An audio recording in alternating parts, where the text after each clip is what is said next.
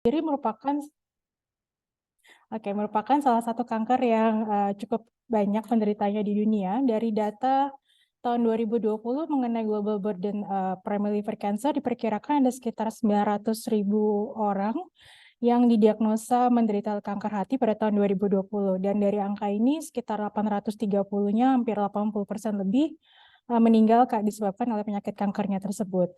Dan jika di ranking dari berbagai negara di dunia, ternyata kanker hati memang termasuk kanker ketiga terbanyak penyebab kematian di 46 negara di seluruh dunia. Dan studi ini juga menunjukkan bahwa diperkirakan angka kematian akibat kanker hati sendiri akan meningkat sekitar 55% pada tahun 20 tahun yang akan datang jika tidak terjadi perubahan pada manajemen kanker hati. Okay. Jadi jenisnya sendiri sebenarnya kita bisa bedakan menjadi kanker hati jenis primer, primary liver cancer, yang situs awalnya berasal dari organ hati, dan metastatic liver cancer atau penyebaran kanker hati yang disebabkan oleh situs yang di luar organ hati sendiri. Untuk primary liver cancer dapat dibedakan lagi menjadi hepatocellular carcinoma atau karsinoma hepatoseluler yang site asalnya berupa liver cells atau hepatocyte, dan lebih dari 85% kasus kanker hati primer di adults atau orang dewasa adalah dikategorikan sebagai HCC. Jenis kanker berikutnya yang yang umum ditemukan adalah cholangiocarcinoma yang source-nya berasal dari bile duct cells atau saluran empedu. Ada juga angiosarkoma dan hemangiosarkoma yang sel asalnya berasal dari pembuluh darah di dalam organ hati. Kemudian ada juga jenis kanker yang disebut sebagai hepatoblastoma yang sebenarnya lebih banyak ditemukan di anak-anak. Apa saja faktor risiko penyebab kanker hati? 80% kasus disebabkan oleh infeksi hepatitis kronis. Dan dari infeksi hepatitis kronis ini juga dapat dibedakan lagi menjadi infeksi hepatitis B kronis yang disebabkan oleh infeksi virus hepatitis B sekitar 50% dari jumlah kasus, dan juga infeksi hepatitis C kronis yang disebabkan oleh virus hepatitis C yang diperkirakan menyebabkan sekitar 25% dari jumlah kasus.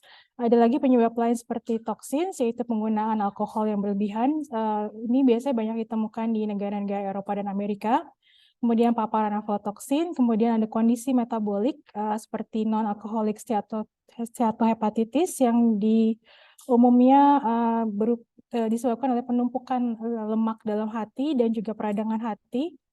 Kemudian ada juga non-alcoholic fatty liver disease yang hampir sama dengan steatohepatitis tanpa disertai dengan adanya peradangan hati. Kemudian ada type 2 diabetes yang juga dapat menyebabkan kanker hati primer dan juga kelainan kongenital seperti Wilson's disease.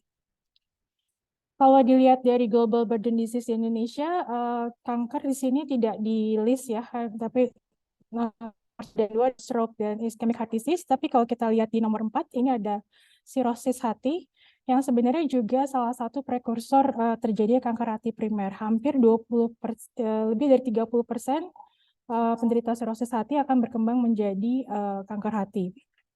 Bagaimana data hepatitis B dan hepatitis C di Indonesia? Dari data Kemenkes dan juga WHO CRO, Indonesia merupakan negara dengan prevalensi hepatitis B terbanyak dengan sekitar 7,1%. Sedangkan untuk hepatitis C, prevalensi nasional adalah sekitar 1%. Jadi kalau di CRO itu adalah urutan ketiga. Namun kalau dilihat dari negara-negara ini, kita termasuk negara dengan penduduk yang cukup banyak, 290-an juta orang. Bagaimana terjadinya manifestasi klinis dari penyakit kanker itu sendiri? Kanker hati primer atau HCC atau KSH dapat disebabkan seperti tadi saya sebut dari infeksi hepatitis. Ada 3 virus sebenarnya yang dapat menyebabkan terjadi kanker hati: hepatitis B, hepatitis C, dan hepatitis D. Namun hepatitis B delta cukup tidak terlalu banyak di penelitian mengenai hepatitis delta sendiri, karena sebenarnya hepatitis D adalah virus yang incomplete, dia hanya menumpang superinfeksi di hepatitis B. Untuk hepatitis B sendiri, jika infeksinya tidak resolve atau tidak sembuh dengan sendirinya, maka akan berkembang menjadi kondisi yang kita sebut sebagai infeksi kronis. Infeksi kronis sendiri jika infeksi awalnya terjadi pada masa kanak-kanak, maka lebih dari 95% penderita pasti akan menderita hepatitis kronis. Sementara jika infeksi awal terjadi di masa dewasa, hanya kurang dari 10% yang akan berkembang menjadi infeksi hepatitis B kronis. Pada diagram ini, pada saat terjadi yang chronic viral infection, umumnya tidak ada gejala klinis yang signifikan ya. Jadi mereka menderita sendiri, umumnya tidak sadar kalau mereka terinfeksi virus tersebut. Jadi pada saat infeksi kronis biasanya akan terjadi peradangan atau inflamasi yang terus-menerus, dan ini akan menyebabkan munculnya nekrosis dan juga terjadinya perubahan struktur jaringan hati tersendiri. Dengan adanya nekrosis yang berulang, maka akan timbul respon alami tubuh membentuk jaringan parut. Nah, penumpukan jaringan parut ini akan menyebabkan kondisi klinis yang kita sebut sebagai fibrosis, yang secara klinis juga dia akan mengurangi kemampuan jaringan hati dalam melaksanakan fungsi organnya. Jika fibrosis juga tidak tertangani secara medis, maka dia akan berkembang menjadi penyakit yang lebih parah yang kita sebut sirosis hati, di mana terjadi penumpukan jaringan parut ini yang lebih banyak, sehingga fungsi hati bisa berkurang sama sekali, drastis dibanding pada saat kondisi fibrosis. Pada sirosis sendiri, jika tidak tertangani, maka akan berkembang lebih lanjut menjadi kanker hati hepatoselular karsinoma. Pada hepatitis B sendiri sebenarnya ada juga mekanisme lain munculnya kanker hati tanpa harus melalui fibrosis dan sirosis. Namun dari segi mekanisme seluler kita belum tahu secara pasti, namun diperkirakan terkait dengan adanya integrasi dari komponen DNA virus ke dalam komponen manusia.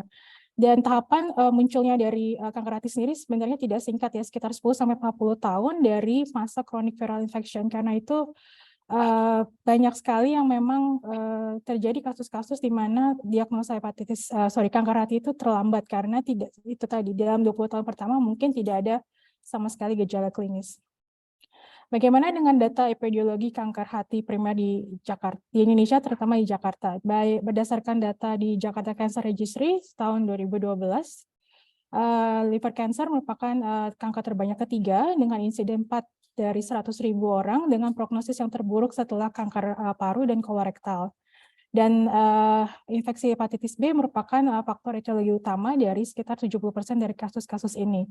Dan kemudian juga ada penelitian terbaru tahun 2020 di Rumah Sakit Cipto Mangunkusumo dan Rumah Sakit Kanker Darmais Jakarta, di mana mereka mengikuti 282 pasien kanker hati terdiagnosa dan melihat prognosis penyakitnya selama 3 tahun. Dan mereka menemukan bahwa sekitar hampir 50% dari pasien-pasien ini ternyata meninggal dunia dalam waktu 1 tahun setelah diagnosis. Dan sekitar hampir lebih dari 90% dari pasien-pasien ini meninggal dunia dalam waktu 3 tahun. Karena itu memang dibutuhkan diagnosis awal untuk kanker hati.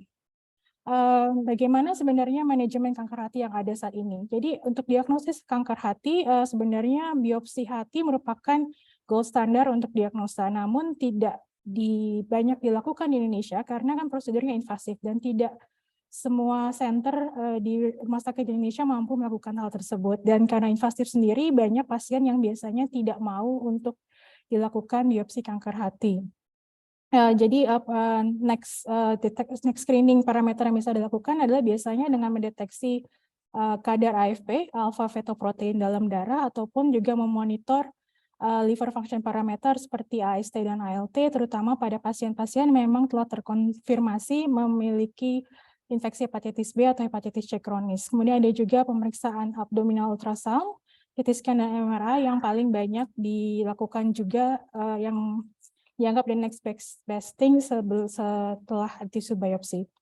Untuk treatment, sebenarnya opsi yang ada tergantung sekali pada stase dari kanker hati tersebut. Semakin dini kankernya dapat didiagnosa, maka semakin banyak sebenarnya opsi treatment yang bisa dilakukan. Dan ini semua dilakukan berdasarkan grading internasional, yaitu dengan menggunakan skala Barcelona Clinic Liver Cancer. Pada pasien dengan stase paling awal, sangat awal atau awal, biasanya bisa dilakukan reseksi hati, transplantasi hati, ataupun ablasi dengan survival rate yang cukup tinggi, sekitar 50% dalam waktu 5 tahun. Untuk pasien-pasien dengan stase intermediate, biasanya treatment yang available adalah transarterial kemoembolisasi, di mana diberikan zat semacam kemoterapi dan juga penghentian pembuluh darah di sekitar tumor. Jadi untuk mematikan si tumor tersebut. Namun median survival-nya ternyata tidak begitu bagus karena hanya sekitar 2,5 tahun. Untuk pasien-pasien yang advance, biasanya opsi yang tersedia untuk treatment hanyalah menggunakan sorafenib, sebuah obat tablet minum yang bekerja sebagai kinase inhibitor untuk menghambat si proliferasi dari sel-sel kanker tersebut, namun juga survival rate-nya tidak begitu bagus. Sementara untuk stase terminal, biasanya opsinya hanya berupa treatment paliatif, hanya untuk mengurangi kesakitan dari pasien tersebut. Karena itu sekali lagi memang diagnosa awal dari kanker hati adalah penting untuk memastikan keselamatan dari pasien. Ini hanya sekilas tentang klasifikasi HCC. Jadi HCC sendiri memang sangat heterogeneous, dia bisa tingkat varietasnya sangat tinggi antara satu organ dan juga antara bahkan di satu organ pun berbeda dan juga di antara pasien. Jadi secara fenotipe dia bisa dibedakan berdasarkan parameter signaling pathway berikut. Secara klinikal biasanya dibedakan berdasarkan kadar AFP dan yang terkait juga dengan outcome dari penyakit tersebut. Untuk molekuler juga bisa dilihat banyak sekali parameter yang bisa digunakan untuk clustering dari si HCC tersebut.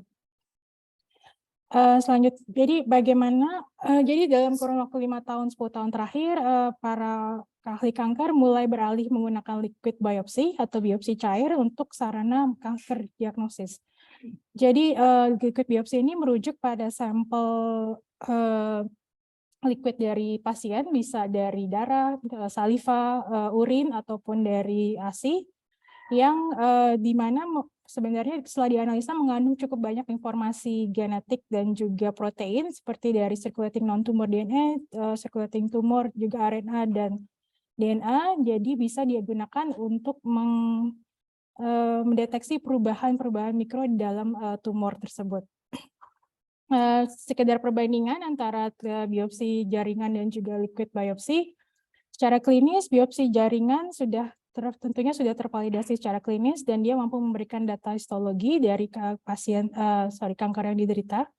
Namun secara teknik dia sangat invasif, membutuhkan waktu lama, sensitivitasnya juga ternyata tidak begitu baik, dan yang pasti menggunakan high cost sekali ya. Terus kemudian kekurangan yang berikutnya adalah dia tidak dapat memantau drug response secara real time. Untuk liquid biopsy hingga saat ini memang belum tervalidasi secara klinis. Sudah ada beberapa marker yang diidentifikasi sebagai potensial untuk beberapa kanker, namun sampai sekarang belum digunakan sebagai manajemen kanker sendiri. Namun dari segi prosedurnya dia sangat minimal invasifnya, relatif sedikit, sebentar pengambilan sampelnya, sangat sensitif, dan yang pasti cost pengambilannya juga rendah. Oke, saya skip aja ini. Oke, jadi tujuan dari penelitian kami adalah untuk mengembangkan alat dan deteksi kesehatan dengan identifikasi komponen baru biopsi cair dalam kaitannya dengan cancer biomarkers discovery dari pasien KSA di Indonesia. Data ini diharapkan dapat menjadi parameter untuk diagnosis dan prediktor juga untuk kekambuhan dini maupun metastasis dari pasien-pasien tersebut. Komponen yang akan kami analisa termasuk protein-protein yang diproduksi oleh tumor, mediator imun berupa sitokin dan kemokin, asam nukleat, dan juga sel kanker sirkulasi atau CTC. Berikut roadmap penelitian kami. Sebenarnya kegiatan yang kami kerjakan ini kami rencanakan untuk 3 tahun dari 2023 hingga 2025, namun karena keterbatasan pendanaan yang bisa kami ajukan di Rumah Program Aware Kesehatan untuk tahun 2023 ini kami fokuskan kegiatan hanya untuk koleksi data, koleksi sampel dan juga data klinis dari pasien. Berikut sekilas workflow penelitiannya, saya skip saja, dan kegiatan ini kami kerjakan bersama dengan para klinisi dari RSCM dan juga Rumah Sakit Kanker Darmais. Baik, sekian yang bisa saya sampaikan. Terima kasih. Kalau ada komentar dan saran, dipersilakan.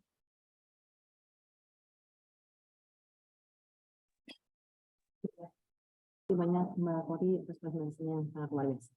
Mungkin Prodi ada komentar atau yang lain.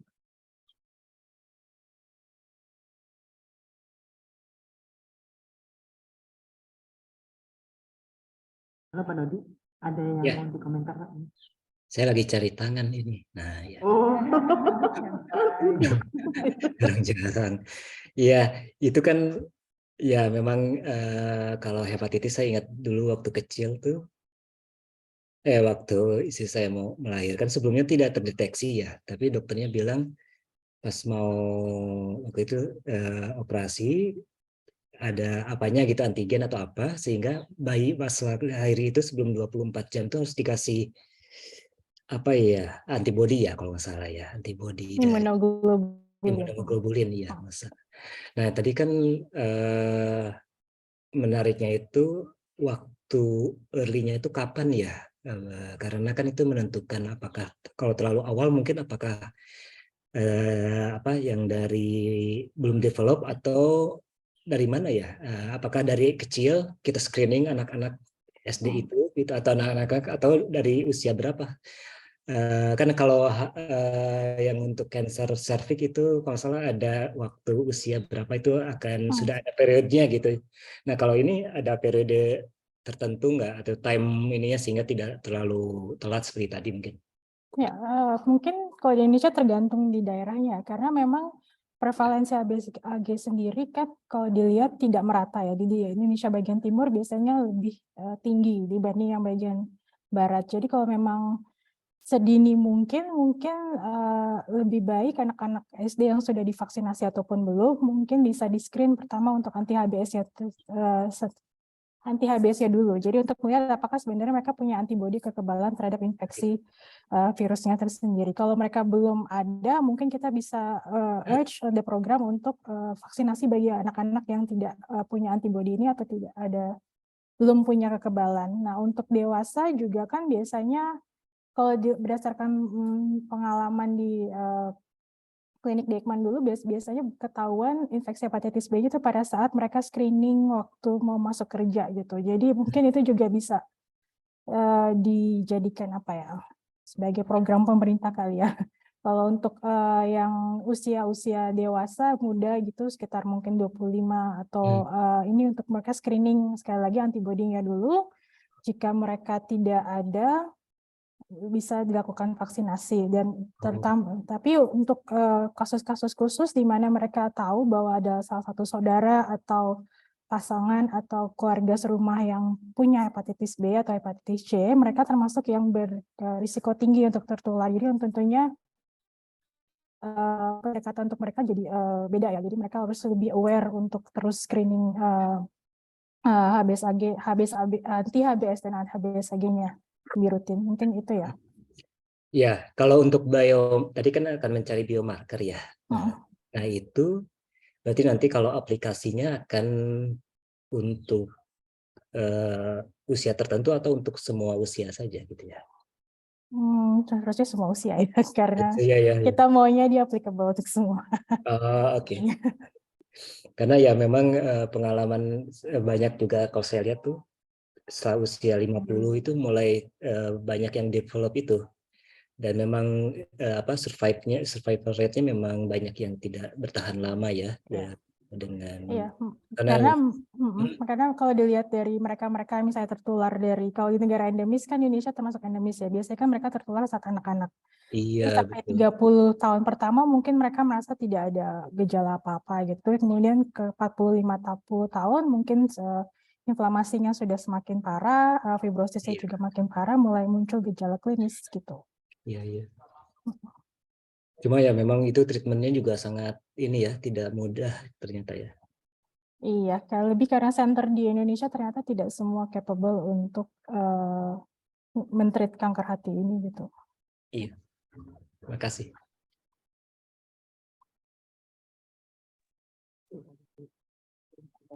Teman-teman lain yang mau bertanya?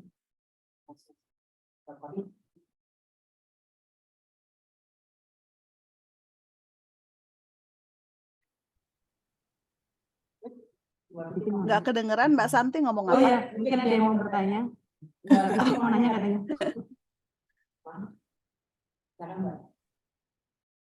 Boleh tanya? Berhenti dulu. Silakan. Ya, terima kasih Mbak Santi. Mohon izin bertanya Mbak Kori. Ini kan rencananya nanti untuk diagnosanya itu dilihat dari biopsi cair dan dilihat tadi untuk menegakkan diagnosanya itu salah satunya dengan melihat sitokin proinflamasi seperti yang tadi ya ada cytokine juga. Nah, untuk pertanyaan saya itu bagaimana untuk mengetahui atau mengurangi bias bahwa ini diagnosanya sudah 100% dikatakan kanker hati. Karena kan diketahui kalau inflamasi itu kan secara umum ya, baik secara mau infeksius ataupun umpama katakan degeneratif juga, penyakit degeneratif juga itu juga inflamasi juga akan tinggi. Dibandingkan dengan umpama kalau katakan kita lihat dari jaringan ya. Kalau umpama seperti contoh kanker hati, itu kanker hati kan umpama itu diperiksa HER2 positif ya, HER2. Itu kan memang diambil dari jaringan, harapannya itu untuk melihat proliferasi dari sel epitel itu sendiri. Jadi kalau proliferasi epitel itu berkembang, dapat dikatakan kalau sel kanker hatinya ini cukup agresif untuk berkembang. Nah, bagaimana untuk meminimalisir bias dari biopsi cair itu sendiri jika dibandingkan dengan di jaringan itu? Terima kasih, Mbak. Oke, makasih Mbak Vivin. Pertanyaannya sangat ini ya. Kayaknya untuk mengurangi rencana awal kita memang untuk mengurangi bias dan dalam fase discovery ini kita akan pakai sebenarnya kita akan ambil dua tipe sampel dari pasien, kalau nggak salah biopsi juga dan juga biopsi cair. Jadi kita akan compare dulu beberapa marker yang sama untuk melihat sebenarnya apakah ekspresi dari misalnya katakanlah marker A ya, saya akan spesifik ke satu marker aja, tapi kita lihat apakah ekspresinya comparable antara biopsi jaringan dan biopsi cair, dan dua, apakah ekspresi di biopsi cair ini representatif atau bisa jadi surrogate untuk ekspresi yang di biopsi jaringan. Itu pertama yang kita harus establish dulu. Baru berikutnya kita bisa klaim bahwa memang ekspresi dari marker-marker ini adalah visible untuk digunakan untuk diagnosis lainnya. Karena memang kenapa kita bergerak ke biopsi cair sebenarnya kan untuk mengurangi biopsi jaringan begitu loh. Jadi ya, tapi kita juga aware bahwa memang perlu validasi lebih lanjut dari ekspresi-ekspresi marker yang kita temukan di biopsi cair. Terima kasih, Mbak.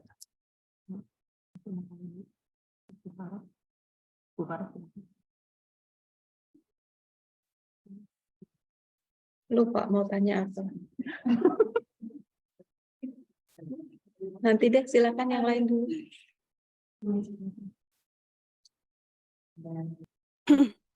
Mbak Kodi, biopsi cair itu kesulitannya apa? Maksudnya kan jarang dilakukan di Indonesia kan, mungkin ada risiko apa yang kenapa dia sulit, apa sulit atau apa? Terus itu dia ngambilnya dari apa apa dari darah, apa dari mana?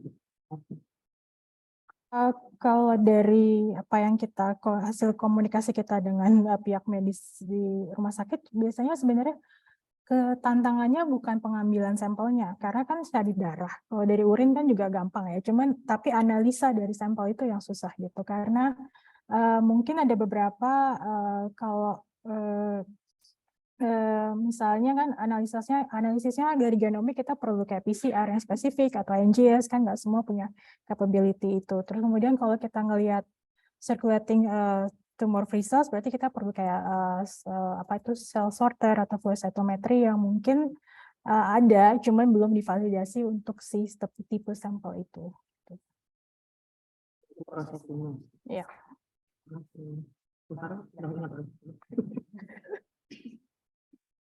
Aku mau nebeng pertanyaannya Mbak Santi.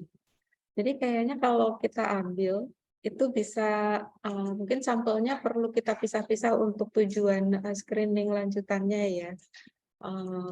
Terus apakah jadinya waktu mobilitas si sampel itu sangat penting untuk menjaga temperatur dan menjaga media yang membawanya dan bagaimana gitu.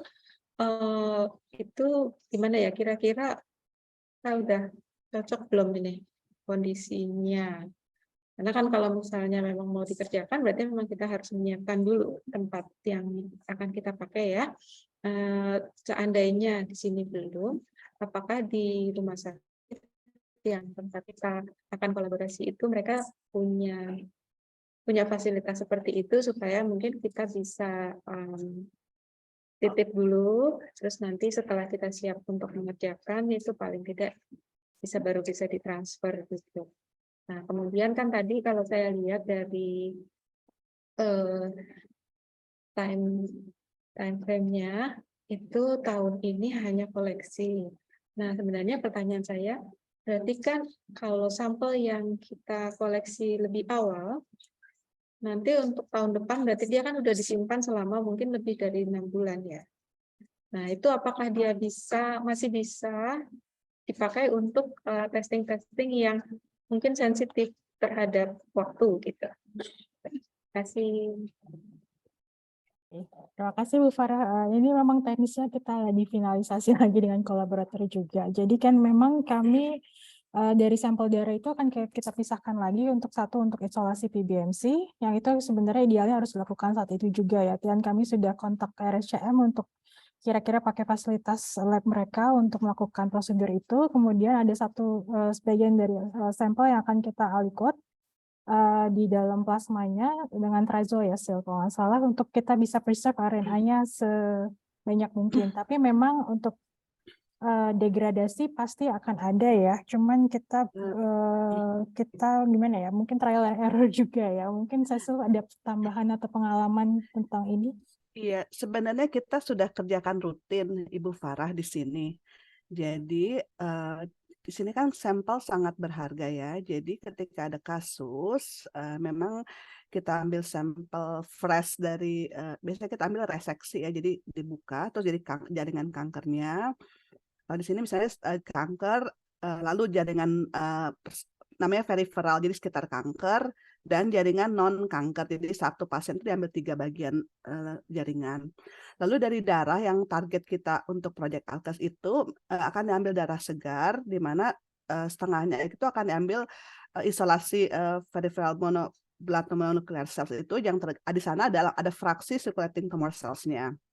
Itu akan kita isolasi pada tahun pertama kita kumpulkan dulu PBMC-nya, nanti untuk isolasi CTC dari PBMC itu kan kita lakukan di tahun-tahun kedua.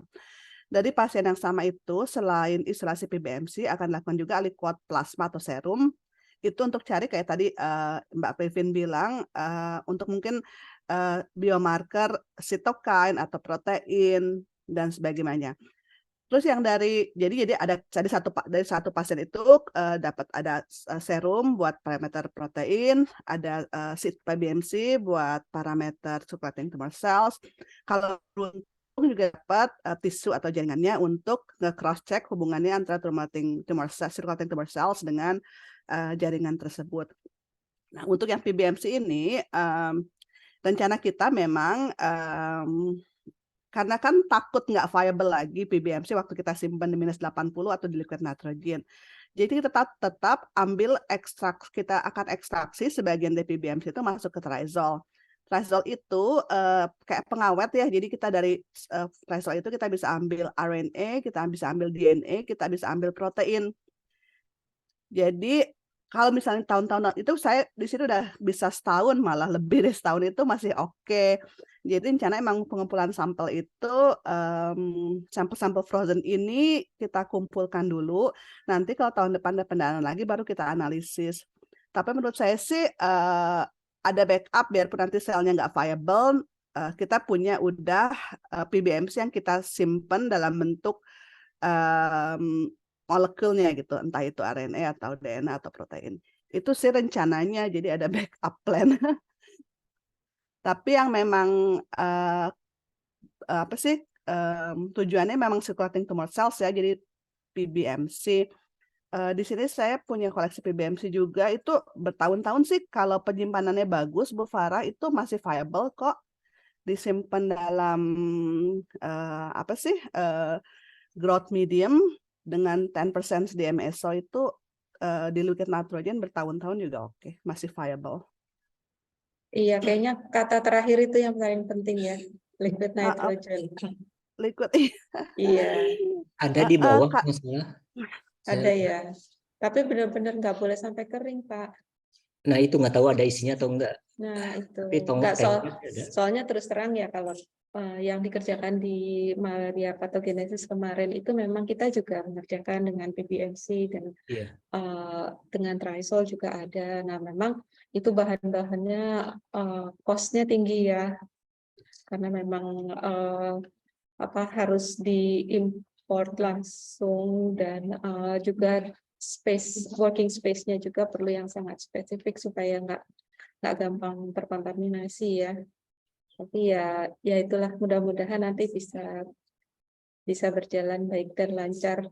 Tapi memang betul-betul harus kayak ini, kita sangat menjaga bahwa liquid nitrogen ini udah sekian persen, cepet-cepet tambahin, jangan sampai kering dan sebagainya gitu ya.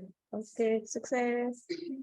maaf Bu Farah, itu liquid nitrogen yang ngurusin siapa ya? Setiap penelitinya atau diri ya? Kayaknya pengelola deh, tapi nanti kita tanyain lagi. Pengalaman kemarin Heeh. yang kita kan pakai CO2 ya, butuh untuk inkubator Inkubator, sendiri. Hmm. Ya kalau dari mengajukan ke mereka mungkin bisa sih sale, tapi nggak tahu apa harus setahun sebelumnya ya mengajukan sehingga mereka taruh gitu. Keburu kosong atau? Ya nggak, maksudnya kebutuhan kebutuhan 1 tahun misalkan 3 tabung misalkan. Oke. Nah itu, tapi kalau mendadak pasti nggak bisa. Akhirnya waktu itu kita beli sendiri. Mungkin kalau Mbak Kori nanti butuh dalam tahun depan misalkan, berarti dari sekarang ajukan aja. Saya butuh nih untuk tahun depan tank liquid untuk ini, dan ada pengisian refill berapa kali dalam berapa bulan gitu. Seharusnya sih, karena itu kalau nggak salah bisa, kalau nggak salah, cuman memang prosedurnya saya nggak tahu. Yang berhasil itu kalau nggak salah Kak Ita, cuma saya nggak tahu ya waktu itu. Nah di Kehati juga kalau nggak salah mereka akan membuat, nggak tahu ya Bu Farah, akan membuat itu katanya ya kayak storage bank gitu untuk liquid tank, tapi saya nggak tahu apakah betul atau tidak ya untuk penyimpanan sampel gitu. Kalau mau tahu yang di Kehati sih bagus juga langsung kontak Ibu Silva ya. Ibu Silva itu dia sangat informatif kok, dan dia juga mengerti lah bahwa kita punya kebutuhan itu. Bisa sih nanti saya coba komunikasi. Karena Kehati kan didesain untuk menyimpan berbagai macam aneka, baik yang termasuk mungkin bahan-bahan yang harus disimpan di khusus seperti liquid storage gitu ya. Iya, iya. Dan untungnya juga kalau liquid nitrogen di tanknya itu kan nggak perlu backup tenaga listrik gitu ya. Yang penting lokasinya aja, jangan terlalu banyak berpindah-pindah gitu ya. Dan bisa di top up kapan aja kita perlu gitu. Iya, itu yang penting ya. Dan mungkin juga yang pasti kontainernya yang bisa dikunci, karena ya itu setiap kali dibuka kan berarti ada yang menolak gitu kan. Jadi kita juga harus bisa mengontrol itu gitu, jangan sampai ada yang buka tanpa sepengetahuan kita. Mohon maaf, ada cold room nggak ya di sana ya, di Cibinong ya? Kalau sampai cold room sih enggak ada. Ukuran berapa sih? Besar. Kulkas.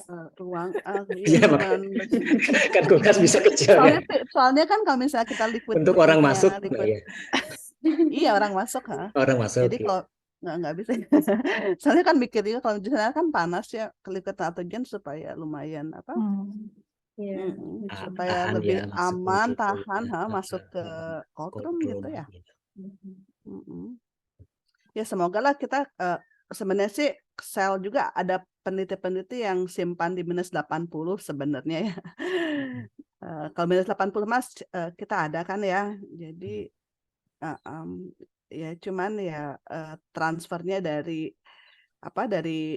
RSCM ke Cibinong memang harus secara bareng-bareng ya, nggak tiap hari, nggak tiap ada sampel, tapi di pooling dulu gitu ya, jadinya ya di pool, misalnya 2 bulan sekali, 3 bulan sekali, terus pakai pakai apa sih dry ice, dipindah ke -80 kalau misalnya nggak ada liquid nitrogen. Kalau serum sih kan cuman serum mah aman ya, kalau serum atau plasma sih -20 juga oke, nggak masalah. Itu tahan bertahun-tahun, malah 10 tahun juga oke sih menurut saya. Memang yang penting itu yang viable cells itu sih. Iya. Kalau parameter lainnya sih bisa dikerjain secara gampang. Sebenarnya juga menurut saya sih rumah sakit mestinya punya kayak, kalau mereka punya tuh mesti punya koleksi serum ya dari pasiennya, kalau misalnya ada protokol Biasanya untuk sih. penelitian, mereka udah punya sebenarnya. Jadi kan. Sorry, tadi kayaknya ada yang tanya ya, ini sampel liquid biopsinya ada bandingannya dengan yang tisu ya? Ada ya? Iya, ada. Terus kalau tisunya juga mesti disimpan di liquid nitrogen atau di -80 cukup? Di -80, Bu. Oh gitu. Ya. Sebenarnya ada juga sih kalau tisu, ada yang namanya kita sebut RNA letter. RNA letter itu kayak apa sih, liquid buat proteksi ya, protection liquid itu malah dia -20 aja bisa gitu, atau malah di ruang tritemtum juga bisa. Yang penting tisunya kita ketika diambil dari pasien langsung masukin ke liquid itu udah aman bertahun-tahun. Itu juga bisa kita Itu mungkin pakai. digunakan dulu yang timnya Prof. Hera ya ke lapangan saat ini kali ya. Apa RNA letter ya? Iya, RNA letter. Batari juga pernah pakai kalau salah. Itu sih aman sih ya.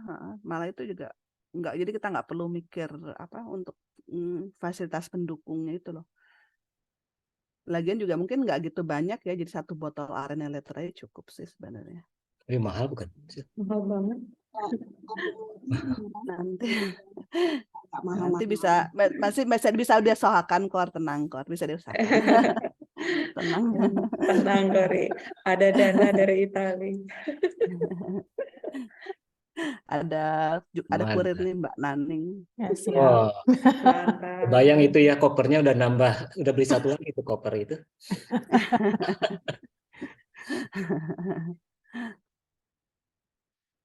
Oke, kapan mulainya di RSCM?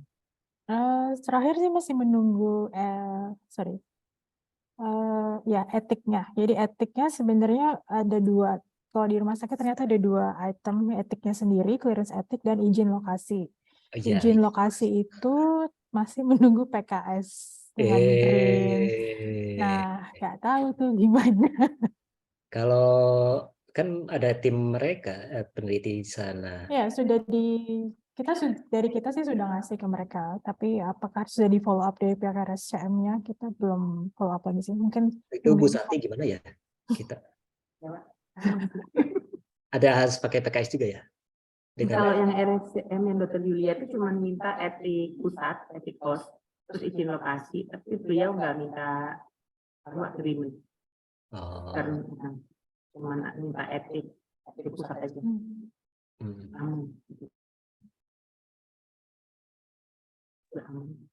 Bukannya waktu itu untuk PKS mau diusahakan sekaligus beberapa sekalian yang mau ke RSCM?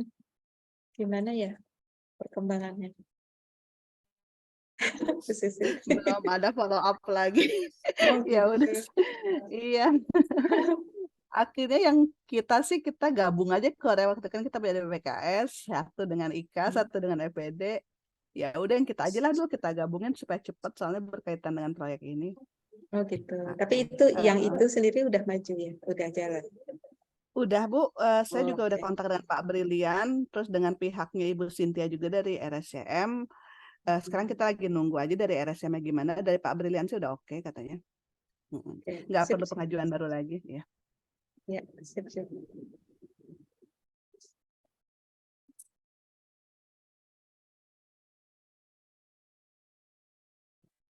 Lagi mungkin dari teman-teman lain.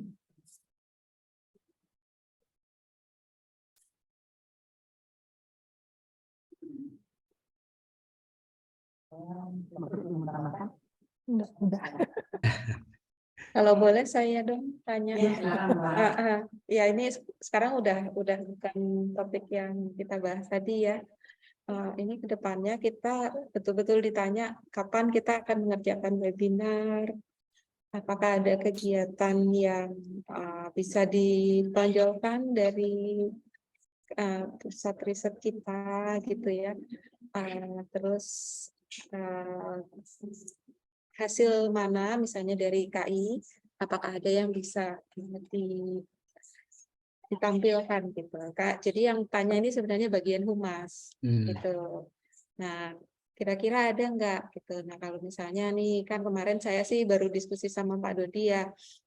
Kalau dari Bu Kori dan Bu Sisil bisa presentasi tentang hepatitis gitu ya, atau tentang hepatic cancer lah gitu, itu bisa jadi satu webinar. Terus misalnya dari Pak Justinus sama Bu Farida, itu juga jadi satu webinar lagi. Dan pokoknya apa ya, karena selama ini kita tuh boleh dibilang PRBME sangat silent gitu. Jadi ditanya.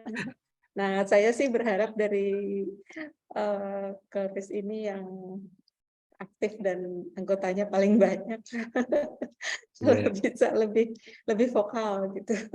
Iya, orang kita rata-rata memang pendiam, Bu. Nggak suka. Agak alaminya gitu kelihatannya ya. Kerjanya depan mikroskop. Iya. Iya, sebenarnya aku Pendiam tapi Mas ya. ya sudah direncanakan ya Mas Yus untuk webinar waktu itu, tapi mungkin ya terkendala waktu itu akhir tahun, jadi direncanakan tahun ini. Mungkin kita bisa coba, saya nggak tahu ya, mungkin apa dari tim bakteri dulu atau dari hepatitis atau dari Butari malah yang menarik itu yang apa tentang zoonotik itu. Malah mungkin saya sih mau propose Butari bisa lintas PR ya, Butari bisa dengan veteriner atau dengan dari KLHK mungkin itu bisa menarik sih. Iya, bahkan dengan BOSF ya Pak. Iya, saya sih mau mengompori Butari aja. Kayaknya nggak dulu deh. Aduh, tapi mungkin kita bisa Ya, kita siapkan, tapi ya. Nanti dulu. Ya. Soalnya memang KLHK-nya juga masih lagi sensitif. Iya. Betul. Belum diganti ya? Ya. Belum lah, 2024. Oh, masih lama. Masih lama. Ya. Mungkin Bu Santi ada ide mungkin yang untuk yang AMR. Kan waktu itu sempat bincang-bincang tuh dengan KPRA atau dengan PAMKI bisa gabung, tapi nggak tahu ya Bu Santi. Nanti didiskusikan lagi Pak. Oke. Ya memang begitu Bu, pada pendiam memang kita. Ya. Mungkin kalau nanti Kori di mana di Italia bisa dipertimbangkan mungkin webinar dari sana kali bersama tim dari Italia mungkin ya. Planning dulu berarti. Nah iya benar. Ya udah nanti. Kalau saya lihat sih, kalau dari pusat riset yang lain, misalnya rekayasa genetik, sepertinya yang ada gitu ya.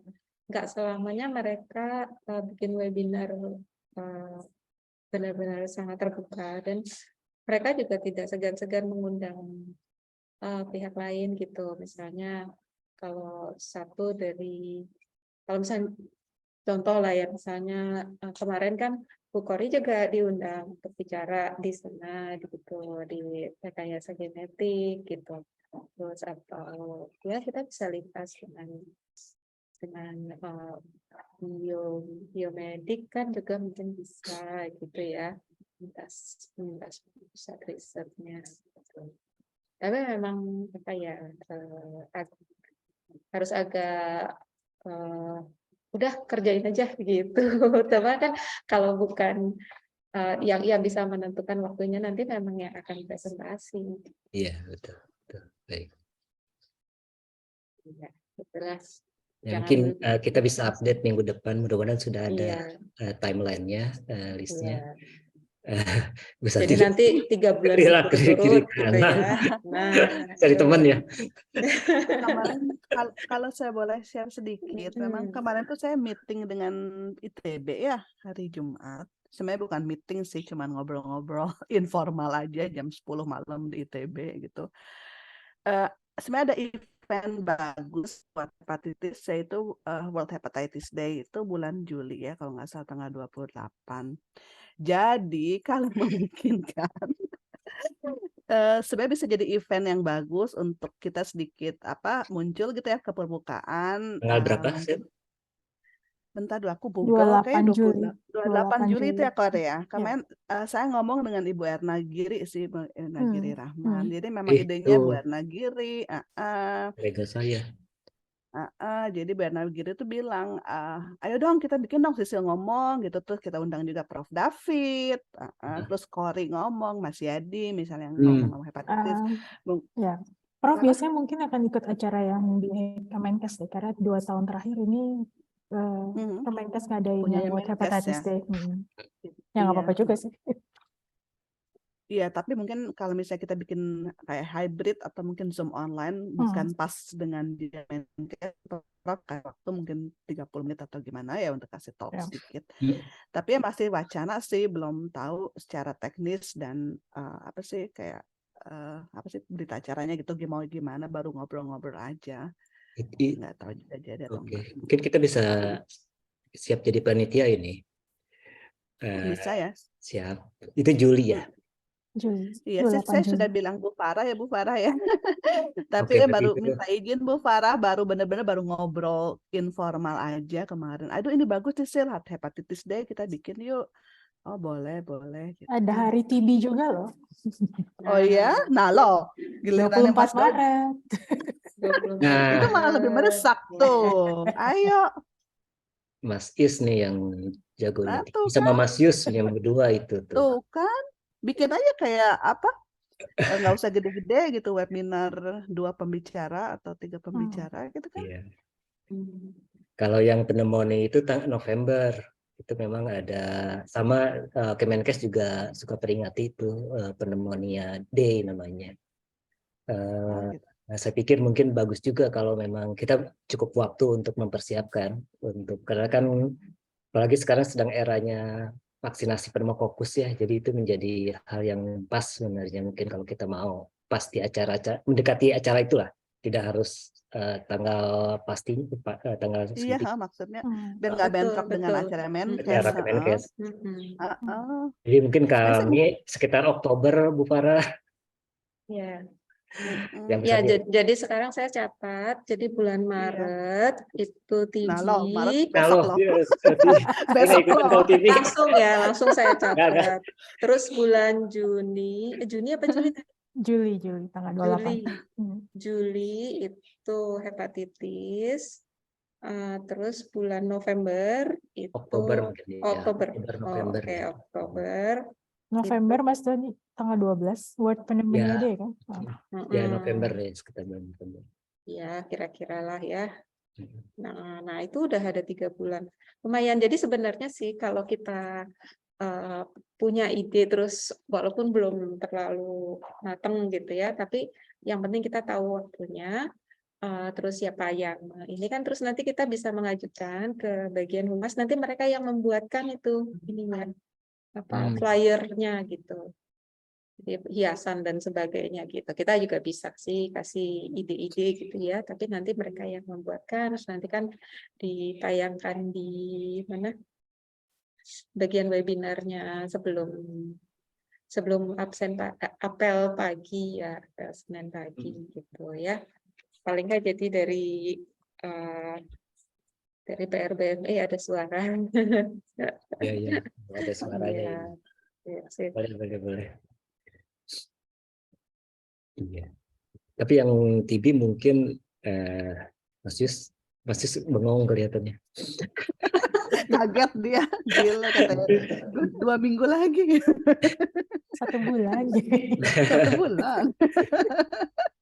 Banyak pemainnya kalau TV, Pak. Banyak lumayan ya. Banyak pemainnya. Jadi kalau Ajakin saya aja paling kolaboratornya ngobrol gitu. Kemarin sudah ada webinarnya sebenarnya yang Ibu ini supervisor koleganya Mas Yus, Bu Tuh, kan. Lydia ya, Kaidar. jadi dia lagi. Banyak pemainnya. Ya mungkin at least 2 itu dulu, mungkin nanti sama dari mungkin kalau Bu Tari mau join dengan siapa nanti terkait dengan zonotiknya mungkin bisa. Kalau Bu Tari mau malaria D sih pas tanggal 25 April kalau nggak salah. Iya, bulan April kalau nggak salah.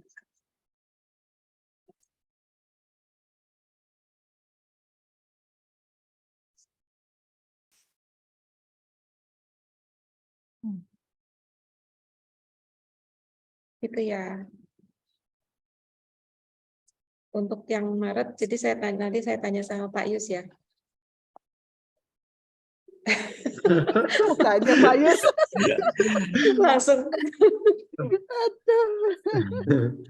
Ya, Atau mungkin lebih ke arah jadi bukan TB in general, tapi kan waktu itu udah mengerjakan bioinformatiknya, itu sebetulnya untuk phenotyping-nya dari TB gitu kan. Nah, itu yang nanti ditampilkan. Nanti misalnya kita mau mengundang dari Pusat Riset Bioinformatika untuk misalnya ini, atau mungkin nanti Pak Is yang membicarakan tentang bagaimana cara untuk teknik whole genome sequencing, NGS gitu kan. Jadi paling nggak kita boleh agak lebar gitu, tak harus fokus ke satu ininya. siap Bu. Mungkin saya dari genomiknya bisa Bu. Nah, Cuma epidemiologinya sepertinya agak kompleks kalau di TB untuk epidemiologinya. Jadi saya paling dari sisi genomiknya. iya bisa. Sip.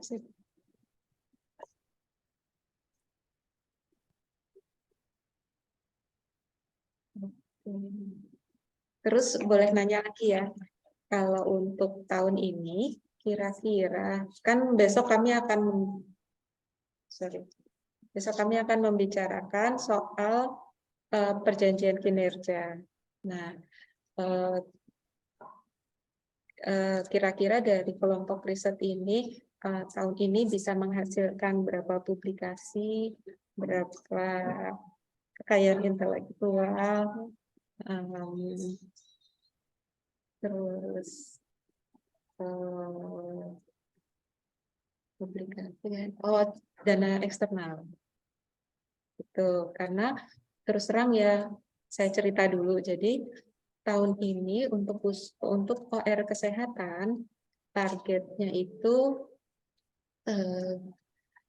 untuk dana eksternal itu 50% dari dana yang ada sekarang. Jadi yang 33M itu. Berarti 16M itu adalah yang harus dihasilkan 50% dari 3. Ya, 16 ya. Sekitar 16M itu harus dihasilkan dari pusat-pusat riset. Nah, terus itu untuk dana eksternal. Kalau untuk publikasi ilmiah itu 401 OR kesehatan. Kemudian kekayaan intelektual 400 apa, Bu Farah? 400 publikasi ilmiah. Itu yang Internasional, Bu. harus bayar ya? Aduh, PR banget itu. Nah, kemarin kan udah di-share ya, ada publikasi yang tidak harus bayar, yang katanya ada akta apa segala Ya, itu ya. sangat sempit sih kelihatannya. Terus itu kekayaan intelektualnya 40, terus berapa ya? Pokoknya terus nanti, oh ya terus citasinya 4.000. Itu 1 lab. Nah, terus sama mereka, sama bagian manajemen dibagi 7 semuanya rata-rata. Nah, yang saya sampaikan sekarang ini untuk yang pusat riset biologi molekuler Eijkman. Kita satu pusat riset ada minimum 5 kekayaan intelektual. Berarti dari 5 kelompok riset masing-masing paling sedikit 1 gitu kan. Tuh, terus untuk publikasinya kita diminta sampai kalau nggak salah 50 deh. 50 lebih, tapi sebenarnya kalau 50 kali 7 kan baru 350, padahal yang diminta 400. 400 bagi 7 berapa ya? Sekitar 70-an, 71, 71. 55 ya. Ya itulah. 71. Jadi dari ininya 55. Nah, terus sementara untuk persentase dana eksternal itu sampai 7,1%. Tadi saya hitung-hitung kalau dari 33M berarti kita harus menyumbangkan minimum 2,3 M. Gitu. Lumayan.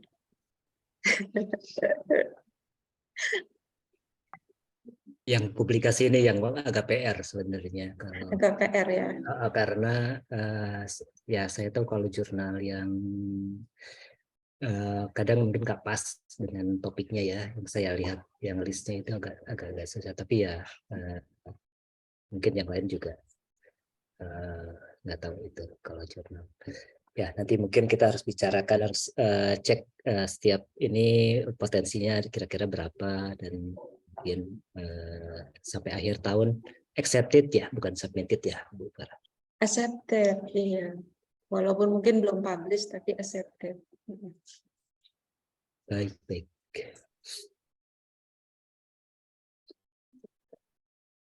Ya nanti Bu Santi lah itu mah. Sudah punya list beberapa ini ya kelihatannya.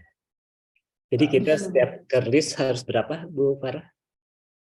Kalau diminta tadi 60 ya, kira-kira ya 60 itu berarti dibagi 5 masing-masing 11.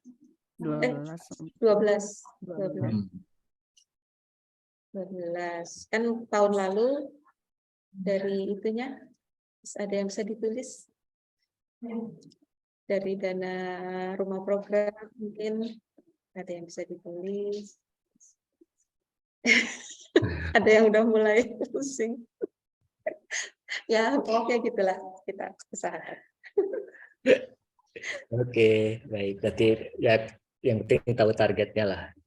Benar berapa yang harus dicapai. Iya. Oke. Kenapa Bu Santi diam? Masih diingatkan. Oke, nanti mungkin sambil kita bikin di foldernya grup kita bisa kasih list mungkin di situ. Jadi masing-masing yang sudah ada publikasi masukin masukin di situ sehingga kita tahu kira-kira sudah berapa tahun ini. Mungkin bisa Kita di folder ya. bikin ya. Itu Bikin Rata waktu itu semacam- bikin link tree ya kalau nggak salah, tapi kita nggak bisa akses waktu itu. Hanya itu. Bagus juga nanti mungkin dimasukkan di sana, dibuat. Oke, baik. Sudah jam 2. Bu Santi. Iya. Ya, sudah ada tambahan lagi. Mungkin berarti Putari mau ngomong apa Bu? Tadi open mic. Langsung.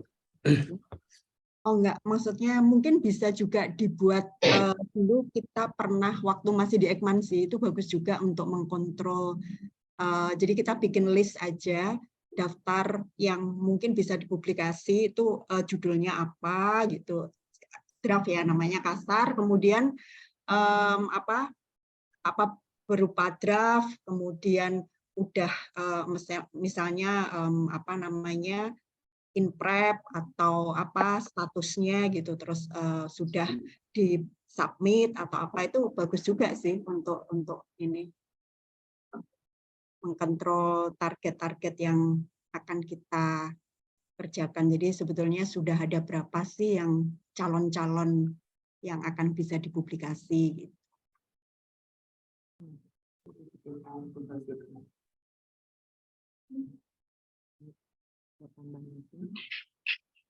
Tidak, diakhiri ya Pak. Ya, terima kasih banyak Mbak Ibu semuanya. Sampai ketemu ke depan. Terima Terima kasih kasih banyak semua. semua. Sampai Sehat ketemu. Terima kasih ya, ya. sama-sama. Terima kasih. Terima kasih, sehat semuanya. Bye. Bye.